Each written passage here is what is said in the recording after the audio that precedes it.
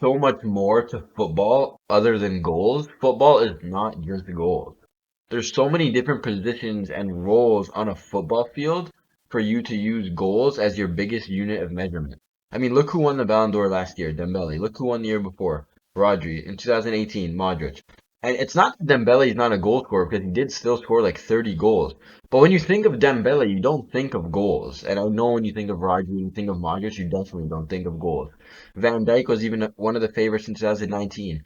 You don't think of goals. You think of somebody that stops goals. That's just an example that goals aren't everything. When you think of Roger, you think of someone that dictates the game, controls the game.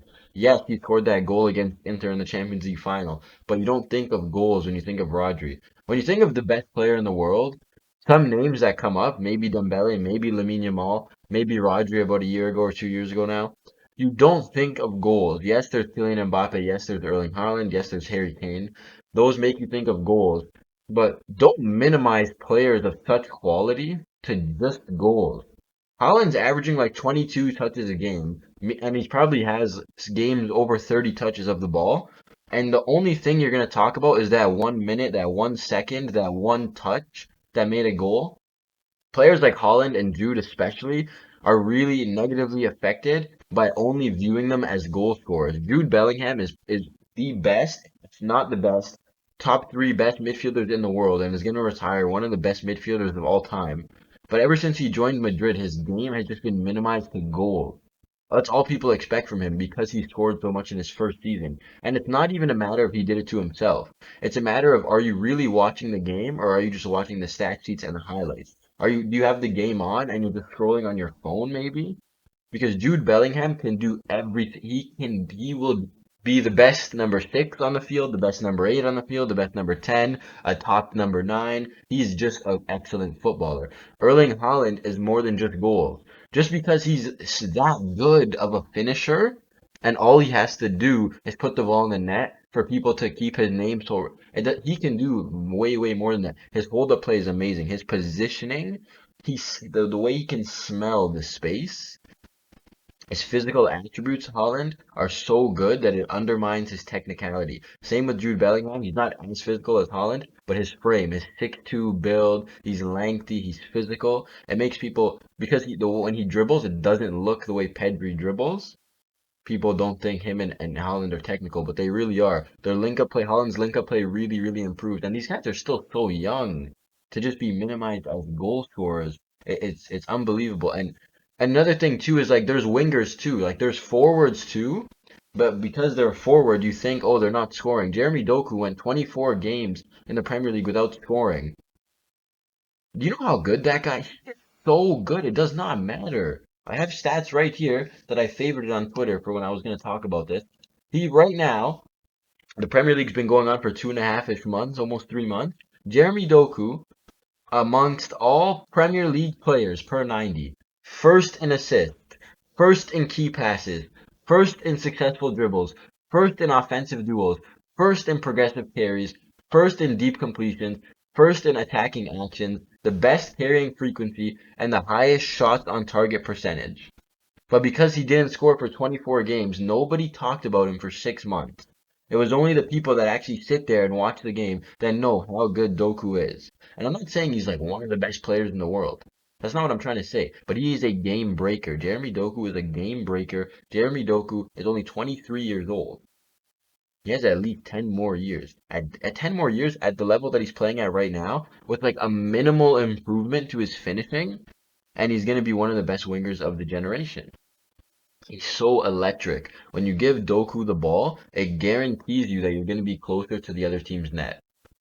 And that's all you, like, literally, that is all you want from your wingers and progressive players. You give him the ball, and he progresses the ball. That's all you want. That's what you ask. Everything else is a bonus. The way him and Holland, that dynamic is working is ridiculous. And I'll say something similar. Doku and Marcus Rashford playing for teams like Manchester City and Barcelona. Possession dominate teams, right? Their game plan is based off dominating possession, slowly moving the ball up, killing the other team with passes, and setting up a prison-like system in the other team's half. Where your back four, sometimes your back three with a fullback pushed up, but your defensive line is in the other team's half, and You build kind of like a barrier. So even when they counterattack, you're already covered. Like it's going to be hard for them to escape. But the thing is, the second the ball gets to someone like Rashford, the second the ball gets to someone like Doku, they break the game because teams set up. When teams go into a game, they've been watching film for over a week now. They know exactly how they want to set up. So they set up to sit low against Man City. They set up to sit low against Barcelona, catch them on the counter. They're ready to be passed to death. They're ready for Barcelona for Manchester City to pass into their box. But the thing is, when a game breaker like Doku, like Rashford get the ball, they're not looking to pass you to death. They're breaking your expectations. You don't know what they're gonna do. They get the ball and they're direct. Doku gets the ball, he comes right at you. Give me that. Rashford gets the ball. Touch. Can I shoot? Touch. Can I cross? Lewandowski, you there? Boom, goal. You're not expecting that. You're expecting slow, empathetic, elegant. These guys break the game. They break your expectations. You cannot prepare for them. But because they don't score 30, 40 goals a year, they're not valued by a lot of football fans nowadays. And I don't think that's right. I think Jeremy Doku, I love what Rashford's doing at Barcelona, but I think Doku's taking it to another level because of how they say, oh, he has one move, but you see how effective it is? When Doku gets the ball, he's going right or left. He's beating his man at almost 60%, and he's attempting 12 carries per game, or 12 take-ons per game. He he he's so fearless. But I think the fact that he's not doing step overs and stuff, he's not getting looked at the way like Neymar, Robinho, all those guys were getting looked at.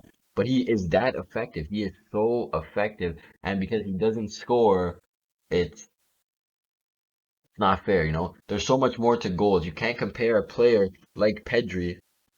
Well, he came 11th in the Ballon d'Or. You can't compare him to someone like Grassi, for example, because Grassi's a striker. He scored 40 goals. But if you talk about who's a better footballer, you know who a better footballer is. You know, it's a shame, honestly, that forwards always get way more credit in terms of the Ballon d'Or, in terms of who's the better player because of goals. Like, excuse me, even if you look at someone like Jared Piqué was a better player than Didier Drogba. Like you have to understand that, right? And you're like, oh, this guy's only talking. Of course, I'm talking about Barcelona players, right? Like that's my club. Like what I know. But there's so many rules on a football field, and it's not fair to football as a whole, and the players as a whole, and even the fans that really care about the sport, that want to analyze the sport, the tactical fans to just compare everything to goals. And that's not saying goals don't matter because goals are probably still the hardest thing to do in football. Like sometimes you watch a great assist and that pass could have just went to waste if the guy didn't score. So the assister needs the goal scorer. You get it? The same way that the goal scorer needs the assister.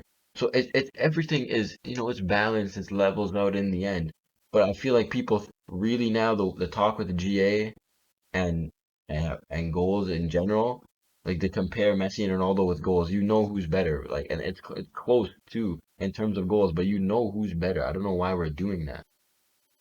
Players like Lewandowski's career just gets diminished into being a great goal scorer. That guy could do everything. His link up play, the way defenders need to gravitate towards him that creates space for players like Rafinha. Taking Rafinha scored like 40 goals in a season and I think before that his best was probably under 20, maybe under 15, just because of a new system now where Lewandowski is and Lamine Yamal are gravitating so much attention that there's that much space.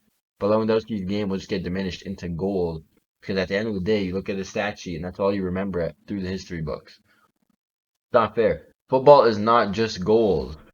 If you you're lost, man. I don't know how we ended up here along the way, but I think the game breakers, the Mavericks in football, they need to return. Because the other thing too, what I want to end off with is the Mavericks in football, the game breakers in football, your Jeremy Doku's, your Ryan Cherkis, your Lamine Yamal, your Ousmane Dembele, these unicorn-like players, your Michael Olise's, your Jamal Musiala's, your Pedri's, your Bellingham's, all these like 10 kind of like players. They're not all 10s because they don't all play through the middle, but they're like 10s because they're the connectors between midfield and attack.